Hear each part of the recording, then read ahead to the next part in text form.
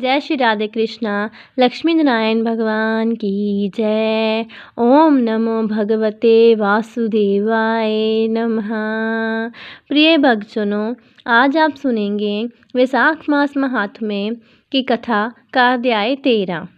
इस अध्याय में वैशाख मास की अंतिम 3 तिथियों की महत्ता तथा ग्रंथ का उपसंहार के बारे में बताया गया है। श्रुतदेव जी कहते हैं, राजेंद्र, वैशाख के शुक्ल पक्ष में जो अंतिम 3 त्रयोदशी से लेकर पूर्णिमा तक की तिथियां हैं, वह बड़ी पवित्र और शुभकारक हैं। उनका नाम पुष्करणी है। वह सब पापों का क्षय करने वाली है। जो संपूर्ण वैशाख मास में स्नान करने में असमर्थ हो, वह यदि इन 3 तिथियों में भी स्नान करे तो वैशाख मास का पूरा फल पा लेता है। पूर्व काल में वैशाख मास की एकादशी तिथि को शुभ अमृत प्रकट हुआ। द्वादशी को भगवान विष्णु ने उसकी रक्षा की। त्रयोदशी को उन श्री हरि ने देवताओं को सुधापान कराया। चतुर्दशी को देव विरोधी दैत्यों का संहार किया और पूर्णिमा के दिन समस्त देवताओं को उनका साम्राज्य प्राप्त हो गया। इसलिए देवताओं ने संतुष्ट होकर इन 3 तिथियों को वर दिया। वैशाख मास की ये 3 शुभ तिथियां मनुष्य के पापों का नाश करने वाली तथा उन्हें पुत्र पौत्र आदि फल देने वाली है। जो मनुष्य इस संपूर्ण मास में स्नान ना कर सका हो, वह इन 3 तिथियों में स्नान कर लेने पर पूर्ण फल को ही पाता है। वैशाख मास में लौकिक कामनाओं का निजमन करने पर मनुष्य निश्चय ही भगवान विष्णु का सायुज्य प्राप्त कर लेता है। महीने भर निजम निभाने में असमर्थ मानव यदि उक्त 3 दिन भी कामना का संयम कर सके तो उतने से ही पूर्ण फल को पाकर भगवान विष्णु के धाम में आनंद का अनुभव करता है। इस प्रकार वर देकर देवता अपने धाम को चले गए। अतः पुष्करणी नाम से प्रसिद्ध अंतिम 3 तिथियां पुण्यदायिनी, समस्त पाप राशि का नाश करने वाली तथा पुत्र पौत्र को बढ़ाने वाली है। जो वैशाख मास में अंतिम 3 दिन गीता का पाठ करता है, उसे प्रतिदिन अश्वमेध यज्ञ का फल मिलता है। जो उक्त दिनों विष्णु सहस्त्र नाम का पाठ करता है, उसके पुण्य फल का वर्णन करने में इस भूलोक तथा स्वर्गलोक में कौन समर्थ है। पूर्णिमा को सहस्त्र नामों के द्वारा भगवान मधुसूदन को दूध से नहलाकर मनुष्य पापहीन वैकुंठ धाम में जाता है।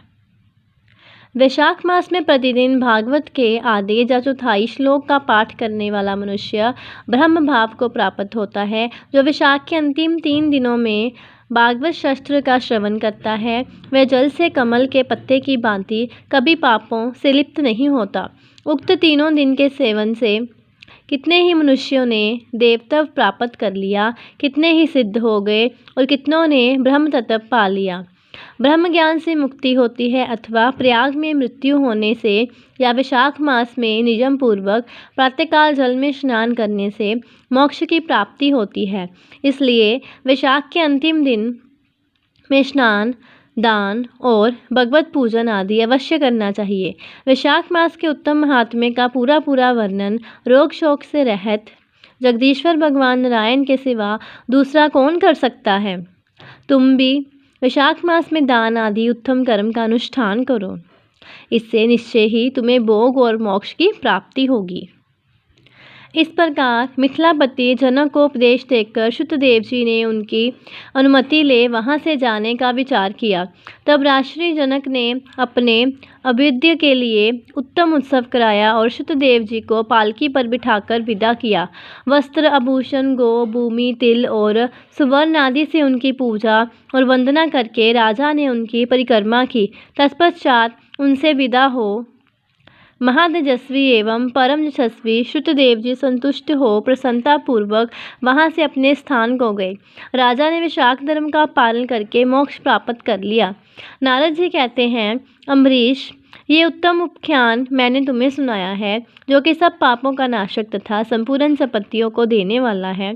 इससे मनुष्य मुक्ति, भक्ति, ज्ञान एवं मोक्ष पाता है। नारद जी का ये वचन सुनकर महान यशस्वी राजा अम्बरीश मन ही मन बहुत प्रसन्न हुए।